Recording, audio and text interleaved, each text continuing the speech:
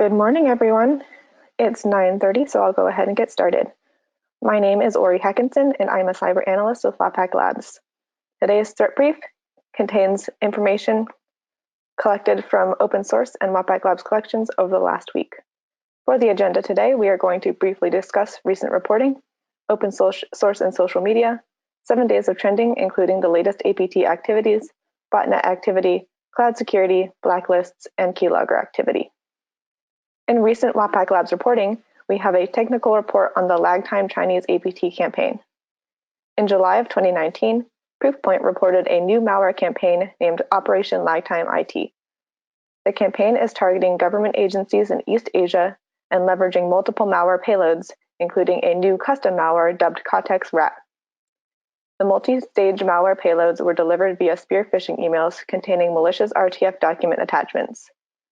These emails and decoy documents contain social engineering referencing topics related to information technology. The campaign is targeting various government agencies in East Asia, including agencies overseeing IT, domestic affairs, foreign affairs, economic development, and political processes. The RTF documents attempt to exploit CVE 2018-0798, a vulnerability in Microsoft Equation Editor, and drops a file that contains the Cortex Rat code. This file dropper mechanism and RTF weaponization have been attributed in the past to Chinese APT groups, including Goblin Panda, APT40, and IceFog, suggesting that this campaign is also being carried out by Chinese threat actors. The Cortex Rat then injects the second stage malware into one of two existing processes. The second stage payload communicates with the C2 in Cortex configurations, which are encrypted and stored in a PE section named Cortex. Some of the spear phishing emails in this campaign were also seen delivering poison ivy payloads to the same targets. These payloads were delivered in the same manner as the Cortex payloads. Shared delivery mechanisms and C2 infrastructure between the Cortex and poison ivy samples suggests that they are part of the same campaign. Based on observed infrastructure and attacker TTPs, analysts have attributed the campaign to a Chinese APT group tracked as TA428. Follow-on analysis revealed the second stage payload contains hard-coded internal IP addresses, suggesting deliberate targeting and the ability of the malware to access internal networks. Static artifacts in the malware specimens uncovered a number of additional indicators, including dropper and payload samples and C2s. The configurability of the Cortex Rat, as well as its multi-stage delivery mechanism and anti-debugging features, make it likely to be used in future campaigns. Although the motive for the campaign is not known for certain, the targeting of government agencies and the use of rat malware indicates that this may be a state-sponsored surveillance or reconnaissance campaign.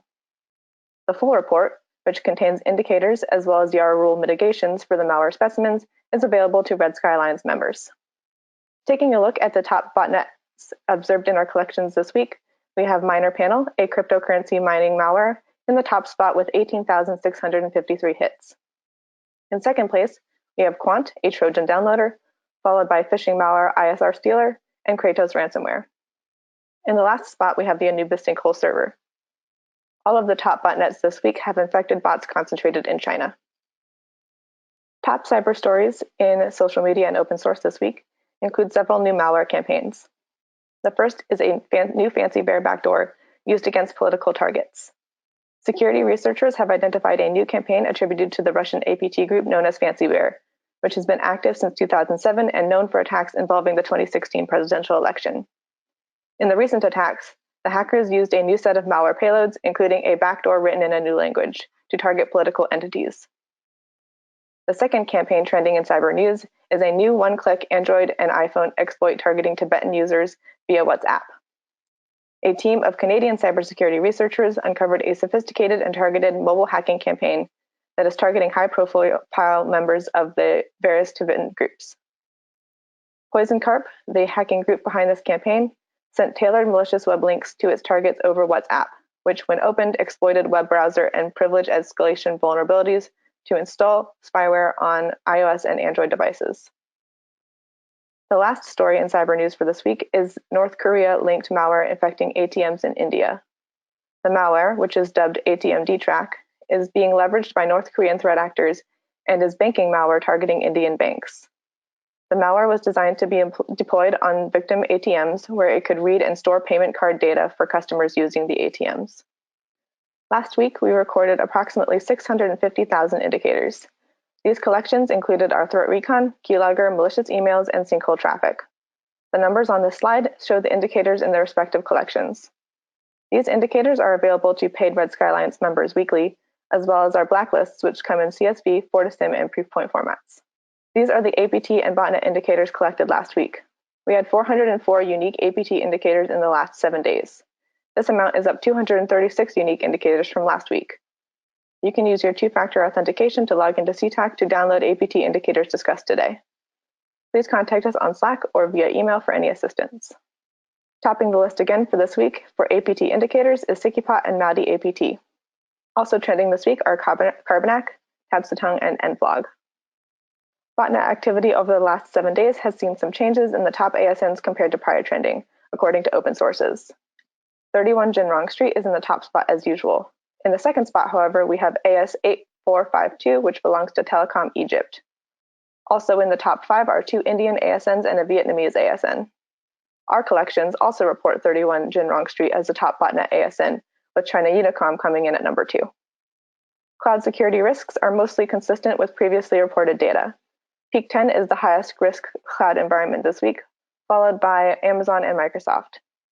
TierPoint and Rackspace are still in the caution risk category this week, and ONR is in the lower risk category. Our blacklists are published weekly. On the right-hand side, you can see some of our keylogger statistics.